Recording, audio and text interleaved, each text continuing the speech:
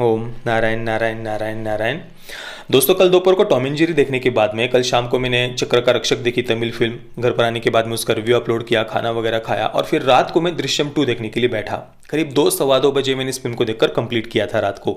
अंदर से ऐसे हो रहा था इस फिल्म को देखने के बाद में कि यार अभी बैठूं और अभी वीडियो शूट करके इसका रिव्यू अपलोड कर दूं, पर रात को काफ़ी लेट हो गया था और नींद भी आ रही थी, बाल वगैरह भी ठीक नहीं थे, चेहरा ठीक नहीं था, तो सोचा चलो यार अभी सो जाते हैं। और फिर अभी सुबह उठकर मैं दृश्यम 2 का ये रिव्यू शूट कर रहा हूँ।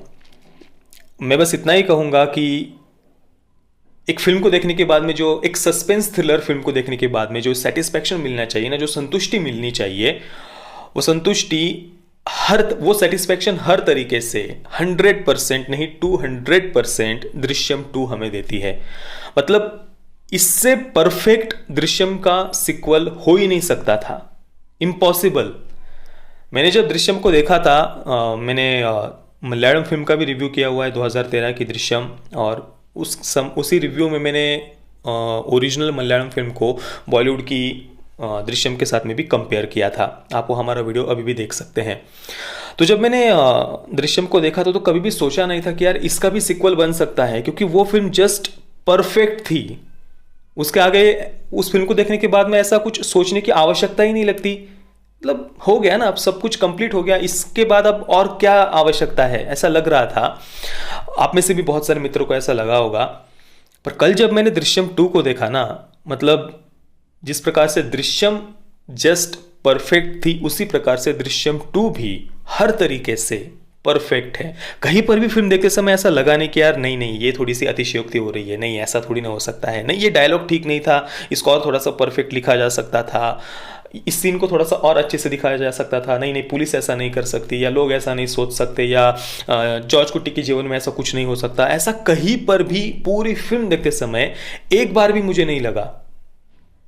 मतलब इतनी बारीकी से इस फिल्म के जो राइटर डायरेक्टर है जीतू जोसेफ, जिन्होंने ही पहले पार्ट की भी कहानी लिखी थी, उसके डायरेक्टर भी वही थे, और उन्होंने इतनी बारीकी से इसकी कहानी को लिखा है ना कि आप कहीं पर भी इसमें कमी निकाल ही नहीं सकते।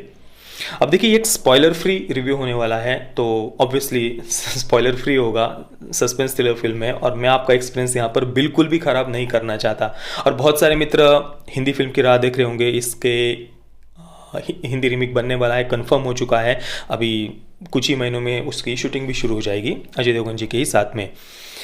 तो मैं किसी का भी यहाँ पर कोई एक्सपीरियंस ख़राब नहीं करने वाला हूँ। और वैसे भी जब ये दृश्यम 2 का ट्रेलर रिलीज़ हुआ था, तो मैंने तब से लेकर के कल रात तक अपने आप को उस ट्रेलर से दूर रखा था।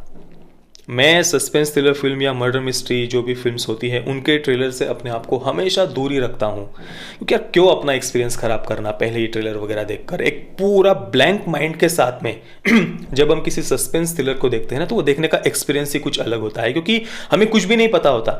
हम जस्ट बैठ जाते हैं फिल्म के सामने और डायरेक्टर को कहते हैं कि भाई अब करो हमें सरप्राइज। और ये फिल्म हर तरीके से हमें सरप्राइज करती है, शुरुआत से लेकर के आखिर तक। पहले फिल्म की घटनाओं के 6 साल बाद की कहानी हमें इसमें दिखाई है, उसी कहानी को यहाँ पर कंटिन्यू किया है। सभी एक्टर्स भी वही है, मोहनलाल, मीना, अंशिबा हसन, इस्तर अनिल, सभी के सभी ने अपने रोल को यहाँ पर वही सभी एक्टर्स यहाँ पर भी है सेकंड पार्ट में भी। और फिल्म की शुरुआत में हमें जॉर्ज कुट्टी के जीवन में क्या हो रहा है, उसकी जो पत्नी है, बड़ी बेटी अंजू है, छोटी बेटी अनु है, उनके जीवन में क्या हो रहा है, उनके अंदर जो डर है, भय है, चिंता है, उसको हमें थोड़ा दिखाया गया है। गांव में क्या हो रहा है, गांव के लोग क्या चर्चा कर रहे हैं, कैसी कैसी अफवाहें वहां पर उड़ रही है, पुलिस स्टेशन में क्या हो रहा है, होटल में क्या हो रहा है, पुलिस स्टेशन के सामने वाले, ये सारी बातें हमें फिल्म की शुरुआत के करीब 30-35 या 40 मिनट में हमें दिखाई है। पर मुझे ऐसा लगा नहीं फिल्म देखते समय शुरुआत के 35-40 मिनट में कि यार फिल्म किसी पॉइंट पर नहीं आ रही। मतलब ठीक है, आप गांव में क्या हो रहा है, जॉर्ज कुट्टी के जीवन में क्या हो रहा है, पुलिस स्टेशन में क्या हो रहा है, ये दिखा रहे हैं, पर भाई किसी पॉइंट पर नहीं आ रही, ऐसा मुझे लगा ही नहीं। क्योंकि वो मुझे इंटरेस्टिंग लग रहा था जानना कि क्या हो रहा है आखिर 6 वर्ष के बाद में, क्या हो सकता है अगर किसी के जीवन में सच में ऐसी घटना हुई होती तो क्या होता, और ये जानना इंटरेस्टिंग था। इसलिए वो पार्ट भी मैं कहीं पर भी उसमें भी कोई कमी मैं नहीं निकालूंगा। और फिर 35-40 मिनट के बाद में आता है फिल्म का पहला ट्विस्ट। और वो ट्विस्ट वैसे मैंने पहले ही गेस कर लिया था, आप में से भी बहुत सारे मित्र शायद गेस कर लेंगे, ऐसा मुझे लगता है। अब छोड़िए, मैं आपको यहाँ पर कोई स्पॉयलर्स नहीं दूंगा, पर वो जब पहला ट्विस्ट आता है ना, उसके बाद में तो भाई फिर पूछिए ही मत। आखिर तक फिर एक के बाद एक के बाद एक के बाद एक के बाद एक सरप्राइज ये फिल्म हमें देती जाती है। बस ट्विस्ट और टर्न्स एंडिंग तक आते जाते हैं, और एंडिंग कुछ ऐसा है ना, वो आप बिल्कुल भी गेस नहीं कर सकते। भले ही वो पहला ट्विस्ट आप थोड़ा बहुत गेस कर लेंगे, पर एंडिंग जस्ट परफेक्ट थी। इससे परफेक्ट हो ही नहीं सकती थी, और वो आप गेस कर ही नहीं सकते कि एंडिंग में डायरेक्टर क्या दिखाने वाले हैं, क्या सरप्राइज हमारे लिए एंडिंग में रखा है। और जो हम चाह रहे होते हैं ना कि भाई जॉर्ज कुट्टी ने कुछ ना कुछ, अब छोड़िए जो भी है जैसा भी है, आप फिल्म देखिए, पर जो हम एक्सपेक्ट करते हैं ना वो वैसा होता है फिल्म के एंडिंग में। मतलब क्या होने वाला है ये हमें नहीं पता होता, पर भाई जो एक्सपेक्टेशंस होते हैं ना जॉर्ज कुट्टी से, वो मतलब फुलफिल हो जाते हैं, पूरे हो जाते हैं फिल्म के एंडिंग में। अब देखिए दोस्तों, इससे ज़्यादा मैं इस फिल्म के बारे में और कुछ आपको नहीं बता सकता। अब देखिए, जो टेक्निकल बातें हैं, जो परफॉर्मेंसेस वगैरह है, उसके बारे में तो कुछ बताने की आवश्यकता ही नहीं है, क्योंकि भाई इतने मंझे हुए अनुभवी कलाकार है फिल्म में, तो वो तो परफेक्ट होने ही वाला है। और ये फिल्म टेक्निकल बातों के कारण हमें प्रभावित नहीं करती है। इसकी कहानी ही इतनी दमदार है कि वो बातें वो उतना मायने नहीं रखती है। भले ही टेक्निकल बातें उतनी परफेक्ट नहीं भी होती, तो भी ये फिल्म हमें उतनी ही सरप्राइज करती है, क्योंकि कहानी ही इसका सबसे बड़ा प्लस पॉइंट है। तो बाकी सब बातों के बारे में बताने की कोई आवश्यकता नहीं है, और अगर दूसरा कुछ मैं और चर्चा करने बैठ गया तो हो सकता है कि कुछ स्पॉयलर्स मैं बोल दूं। इसलिए मैं आप सबसे यही कहूँगा कि आप देखिए इस फिल्म को, और अगर आप वेट करना चाहते हैं हिंदी रीमेक का तो वेट करिए। पर हाँ, फिल्म जस्ट परफेक्ट थी। पर एक और पर, जब आप इस फिल्म को देखने के लिए बैठेंगे तो शुरुआत में थोड़ा सा पेशेंस रखना।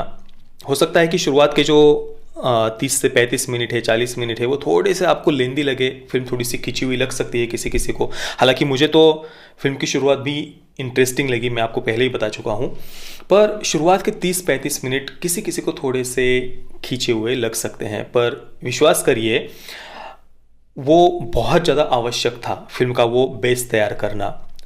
सेकंड हाफ में जो फिल्म हमें इतनी ज़्यादा सरप्राइज करती है ना, वो सरप्राइज उसी वजह से कर पाती है क्योंकि फिल्म की शुरुआत में उन्होंने वो बेस तैयार किया था। सस्पेंस वो होता है जिसके लिए एक परफेक्ट बैकग्राउंड क्रिएट किया हुआ होता है। फिल्म की शुरुआत में कहानी में डायरेक्टर हमें कई सारे क्ल्यू देते जाता है, पर फिर भी हम उन बातों को पकड़ नहीं पाते हैं। और फिर एंडिंग में जाकर जब फिल्म अपना सस्पेंस रिवील करती है, तो वो बात हमें सबसे ज़्यादा सरप्राइज करती है, और वो बहुत सेटिस्फाइंग होता है कि भाई सब हमारे आंखों के सामने था, या फिर हम ये बात गेस कैसे नहीं कर पाए। और इस कारण से दृश्यम 2 की शुरुआत में जो बातें उन्होंने बताई है वो बहुत ज़्यादा आवश्यक थी। मैं दृश्यम 2 को दूंगा 9.5 out of 10 stars. Parental guidance की कोई आवश्यकता नहीं है। फिल्म में कोई सेक्स, न्यूडिटी, कोई ऐसा वायलेंस वगैरह भी नहीं था। आप पूरे परिवार के साथ में बैठकर इस फिल्म को आराम से देख सकते हैं। बाकी आपने अगर इस फिल्म को देखा है तो आपका एक्सपीरियंस कैसा रहा, मुझे आप नीचे कमेंट में ज़रूर बताइए। जय श्री राम, वंदे मातरम।